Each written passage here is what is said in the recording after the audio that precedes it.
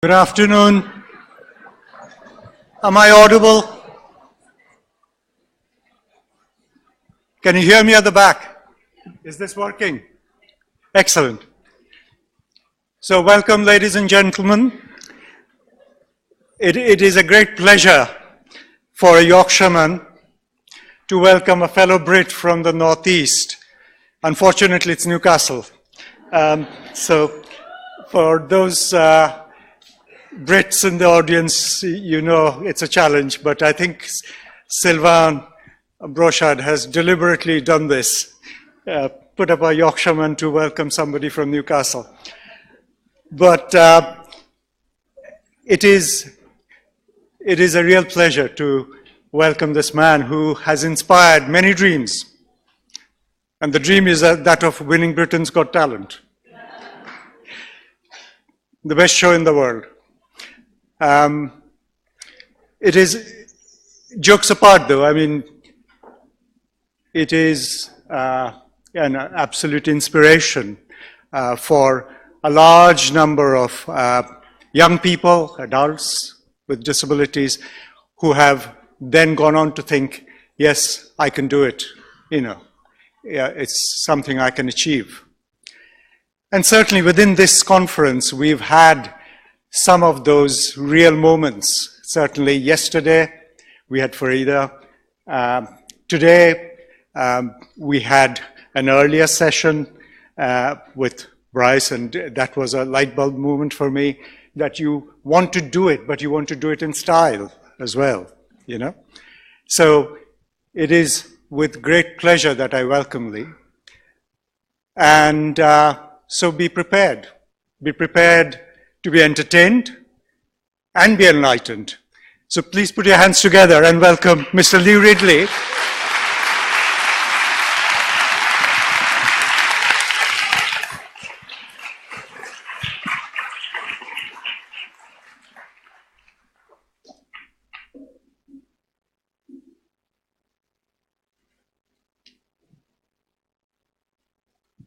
Hello, ladies and gentlemen.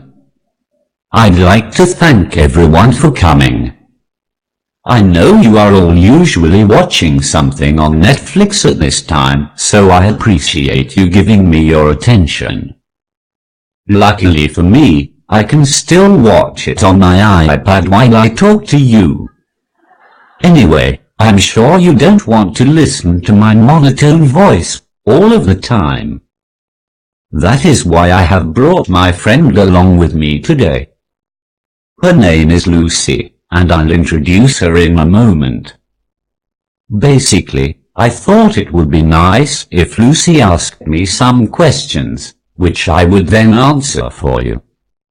Some of the questions have been asked by people like yourselves, some I have made up myself, and the others are those questions that I am already sick of answering. Ladies and gentlemen, please welcome Lucy. Thank you, Lee. And thanks for inviting me here today. I'm looking forward to getting to know all about you. I guess I better start by asking you about your background. Well, I'm from Newcastle, in the northeast of England. I studied journalism at university. I have worked for the BBC, in the media team at a council, and for a number of local newspapers in the northeast. I also do stand-up comedy. My stage name is Lost Voice Guy, for obvious reasons. I first started doing that in February 2012, and it's been going really well. In fact, it has been going so well that I quit my day job a few years ago to do stand-up comedy full-time. And how did you end up not being able to speak? That's a bit of a personal question for this early in the interview, Lucy, but fair enough. I was very ill when I was 6 months old, and I developed cerebral palsy as a result. In my case, it meant that I lost my speech, I walk very funny, and my right side of my body is weaker than my left. So, can you not talk at all? And why do you have such a posh accent? You would be surprised at how many people come up to me after gigs and ask if I really can't speak. Because, of course, it would totally be acceptable to pretend to be disabled for a laugh. I can safely say that I have never been able to talk. I have lived in Newcastle all my life, but for some reason I still haven't picked up the accent. However, if you are trying to place my accent, it's from PC World. To be honest, I'm quite used to sounding like a posh version of RoboCop now. I only have a limited number of voices to choose from and this was the best I could find. But isn't a career in journalism and stand-up comedy a bit of a weird choice for someone who can't communicate very well? Yes.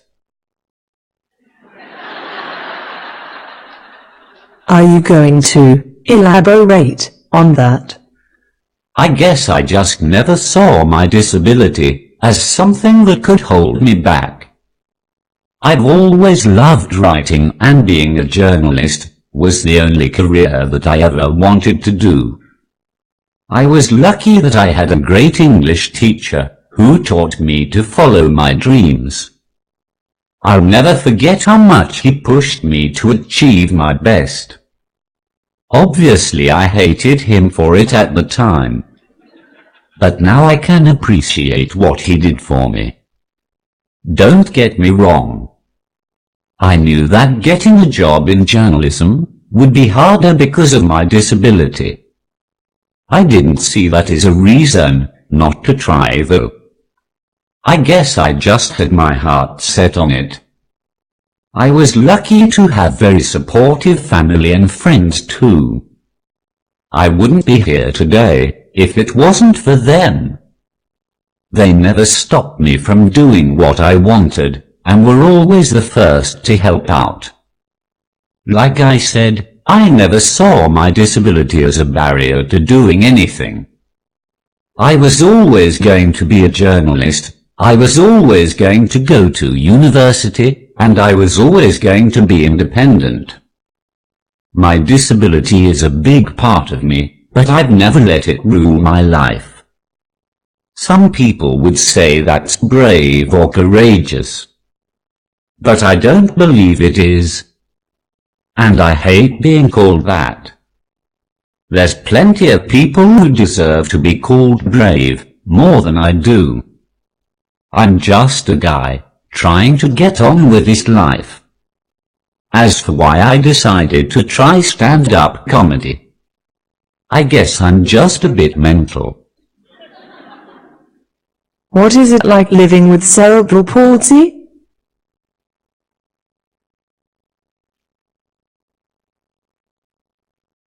That's quite a difficult question, to be honest. I have lived with it all of my life, so I guess I don't know any different. I just tend to get on with things. It isn't something that I think about very often. Obviously it can get frustrating at times when I try to do something and my body doesn't let me. It's the simple things that get to me the most. Stuff like not being able to open a bottle or something like that. But I soon get over it and get on with my life. So, what made you decide to try to do stand-up comedy? I've always been a big fan of comedy, and I love going to watch stand-up comedy myself. I'd always said that, if I could talk, that would probably be my dream job. I never expected to do it though. I just didn't think it was possible. Then, some friends said that it might work, and that I should try it. I thought they were crazy at first. But the idea stuck in the back of my mind. Eventually I decided to give it a try, because I knew I'd regret it if I didn't. It seems like I was right. Even after agreeing to do it, I was worried that it wouldn't work. I was scared that people wouldn't be able to understand me, and I'd just be standing there telling jokes to myself. I was worried it wouldn't work from a technology point of view either.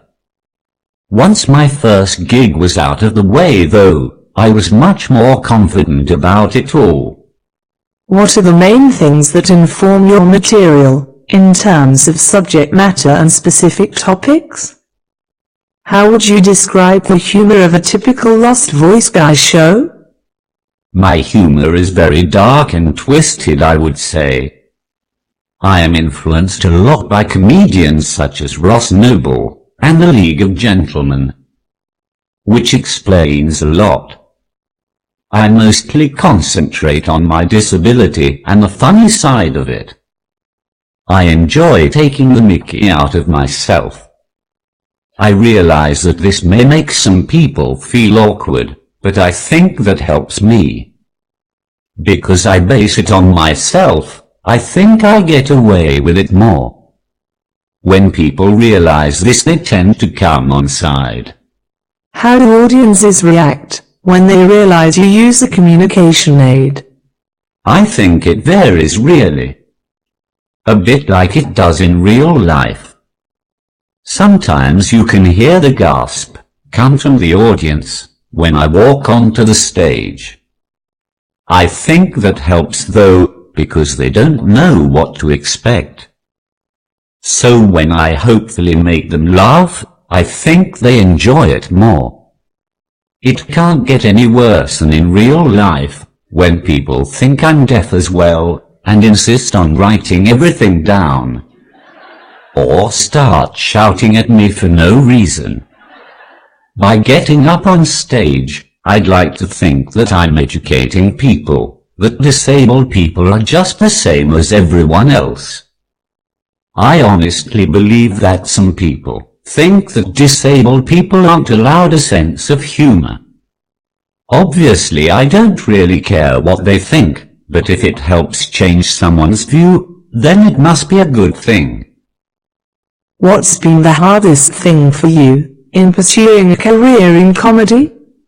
One of the most difficult things about working on the comedy circuit is the fact that most venues are really inaccessible.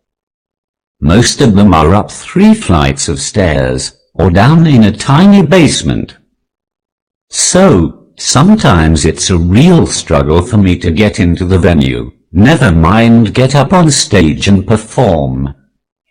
I appreciate that these kinds of places are part of what makes the comedy scene great. I just wish more venues were accessible for disabled people.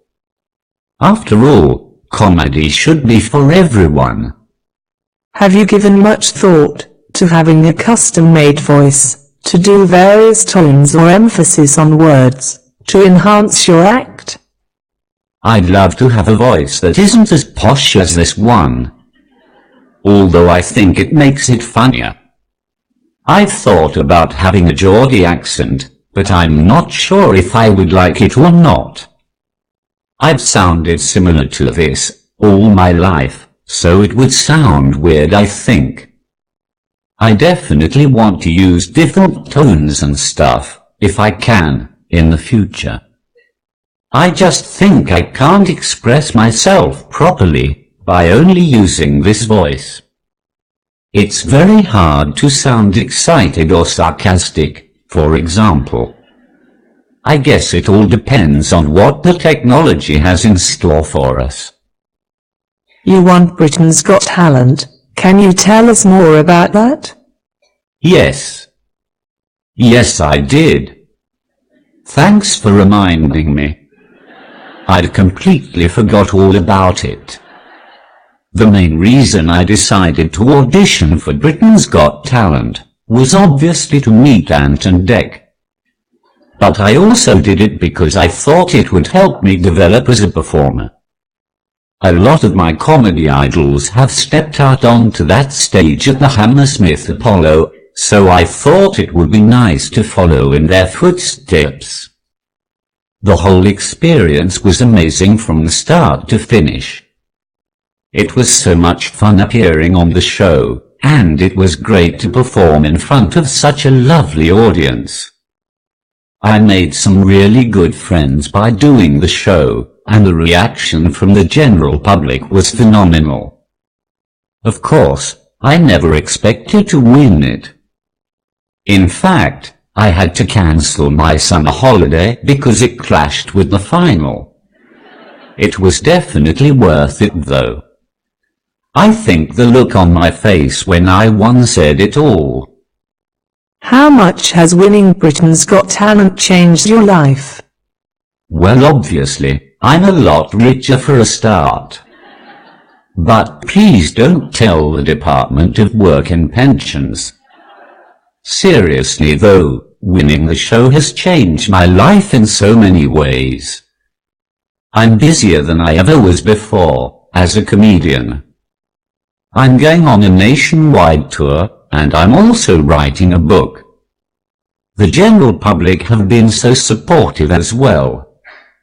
I'm always getting stopped for selfies, and having people congratulate me. And it has been really nice. I'm very grateful for all the kind words I have received. One of the best things to happen since I won is that people are engaging with me a lot more than they would have in the past. For the first time, they seem comfortable talking to a disabled person. I'm used to being stared at for negative reasons, so it's nice to be stared at for positive reasons for a change. And now the most important question, what is Simon Cowell really like? He's actually a really nice guy. And he hasn't just paid me to say so. In fact, all the judges were lovely. And they've been so supportive since I won. I've met both Simon and David Williams a few times already, and they've been really good with giving me advice and stuff. I'm looking forward to working with them more in the future. Do you think laughing about your disability helps you cope with it? I think joking about my condition helps me cope a lot. I've always seen the funny side of my disability, and I think that's been very important to me. If I didn't laugh about it, I'd most certainly cry. I also think I joke about my disability as a defense mechanism. As long as I'm laughing at myself, it means that no one else can laugh at me first. In that way, I think that comedy is a very powerful tool. Do you think comedy can help change society's views on disabled people? Most definitely. And that's why I would like to see more disabled comedians booked by comedy clubs, appearing at festivals and being shown on television. Basically, more disabled people being portrayed in a positive light. I'm sick of being part of a group in society who are mostly demonized in the media. The general public need to see that we're not all just scroungers and benefits cheats. They need to see that disabled people can contribute an awful lot to society, and they need to see that we have a sense of humor just like anyone else. Programs like The Last Leg on Channel 4 have paved the way, but there's still a lot that could be done. Only when we see disabled people on our stages and on our screens as much as anyone else will attitudes really change. And only then will disabled people feel fully a part of society. Of course, success breeds success as well.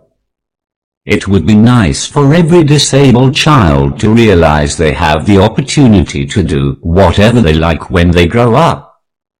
But they'll only believe this if they see other people in a similar situation achieving their goals. The comedy scene as a whole can play a big part in this. There are some amazing disabled comedians working on the circuit. and comedy is the perfect way to tackle difficult subjects in a way that can make people both laugh and think at the same time. How does it make you feel when people call you an inspiration? I didn't start stand-up comedy to become a role model for other people, but I appreciate that I have inadvertently become one. I don't really see myself as an inspiration or anything. I'm just a bloke trying to get on with his life. I'm not doing anything special. But I don't mind if other people see me as a role model. If it helps encourage them to follow their dreams, and gives them hope for the future, then I'm not going to complain about that. Do you think that doing comedy has changed you in any way? I'll be honest, I haven't always been good at expressing myself. In fact, despite what you see on stage, I still don't think I am now. I've always been really self-conscious about myself and what other people think of me because of my disability. I guess it comes with the territory. I've just got used to feeling paranoid and awkward, even around people that I know. I'm incredibly shy and I'm never completely relaxed because my brain won't let me be. With that mindset, maybe doing stand-up comedy was a weird choice for me. Why would I want to get up on stage and let loads of strangers judge me even more? I'm still trying to figure that out. What I do know is that doing stand-up comedy has taught me to let go of my inhibitions a bit. When I'm up on stage I feel like I've found the perfect way to express myself. I have always used humor to help me feel more relaxed. I've always enjoyed making other people laugh, it's a great feeling. I also think I used humor as a defense. As long as I could laugh at myself, it took some of the stigma away. And who have been the main influences in your life in general? My family have obviously had a massive impact on my life. I doubt I'd have done as much as I have without them.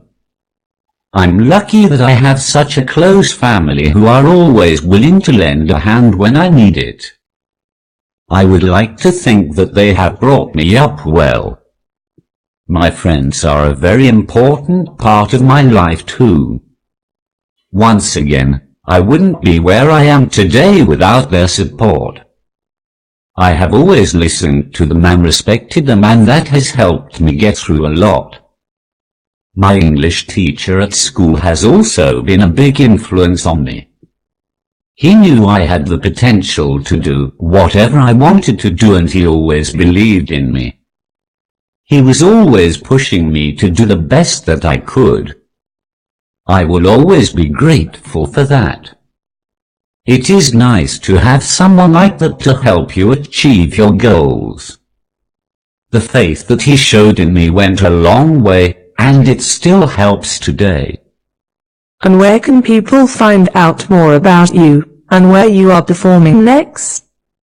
What a very good question. People can visit my website, which is lostvoiceguy.com. Or they can also find me on Twitter or Facebook as Lost Voice Guy.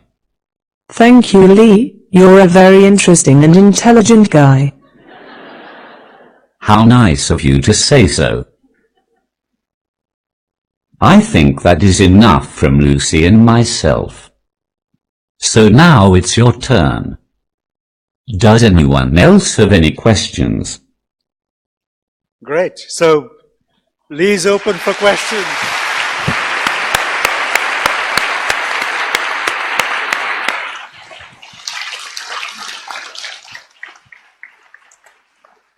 So we've got a bit of time for questions. Anybody got questions for Lee? Now I can't see very well from here, but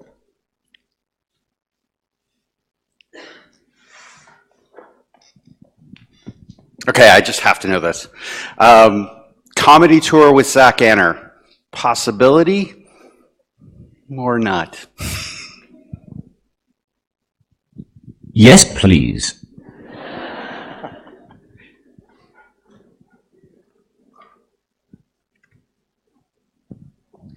While the microphone's going there, so this first European gig, is this the first European gig? Hello, Lee. I'm still thinking you are very, very One brave. second. Yes, it is. You're looking for a further European tour then, Lee?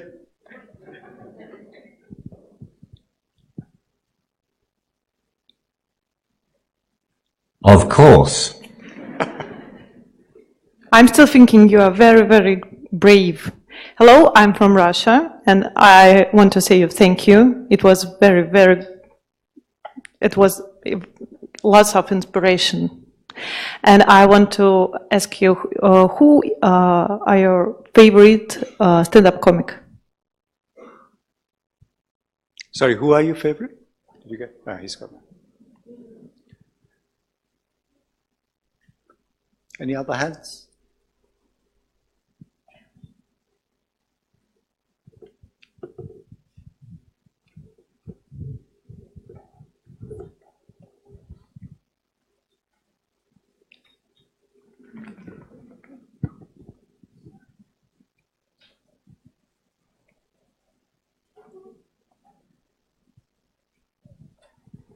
My favorites include Ross Noble, Peter Kay, and John Bishop. One more question there. Yeah, what happens when the technology goes wrong?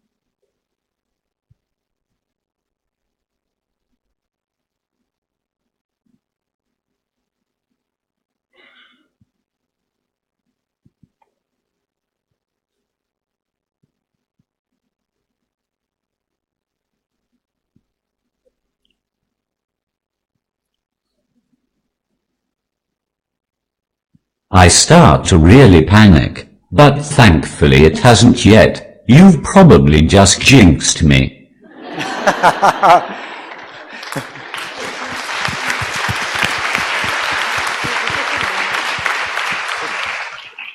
I think we have time for one more, don't we? Yeah.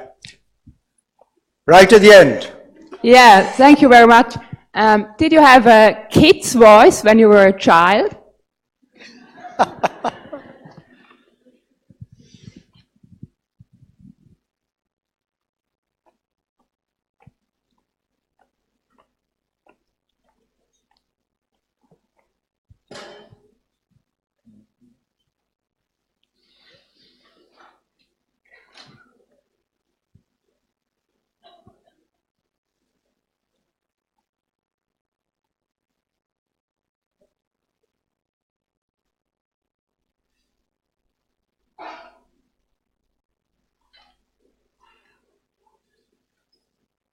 I didn't actually because I'm really old and technology wasn't as advanced back then.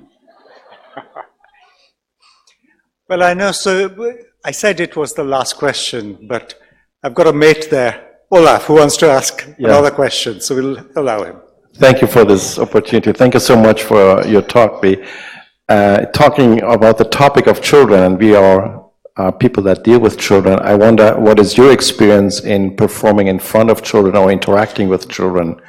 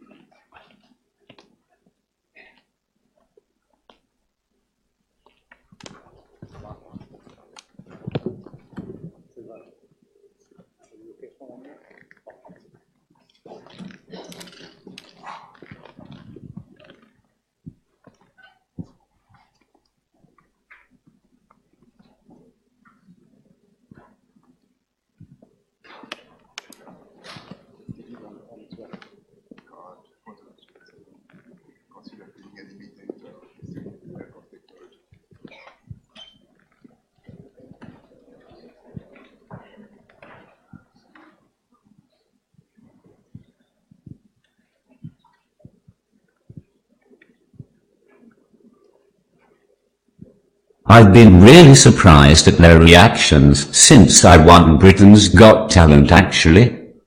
They seem much more comfortable than I thought they would be, which is great. Great. I'm afraid we've got more questions. So we're going to extend the time, and I've got the President's authority. So, right, we have one at the back there and then one in front. Do you need to improve your technology? How?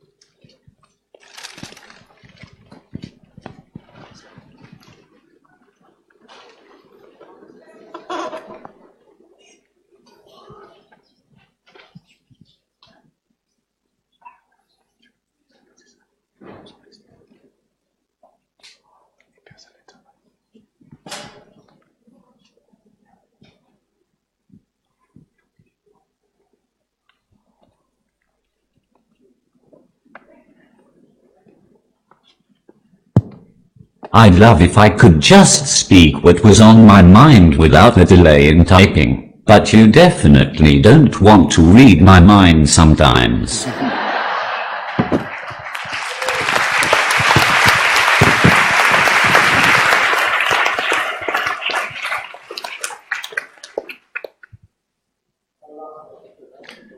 Okay. Did you ever consider being an impersonator during stand-up using technology?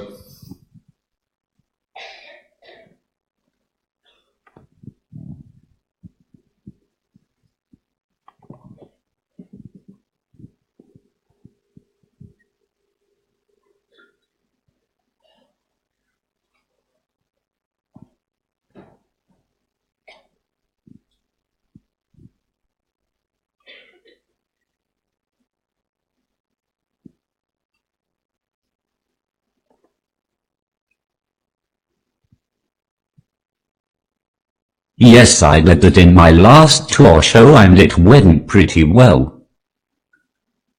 Fantastic. Ladies and gentlemen,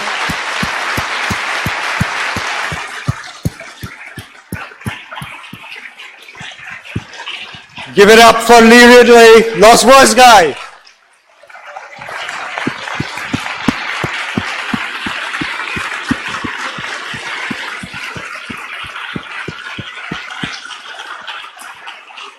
You need a picture of this.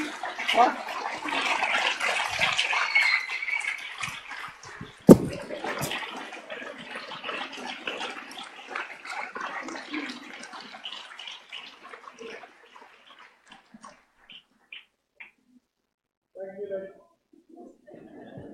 Coffee time. I'm afraid it's a bit probably cold by now, but thank you very much.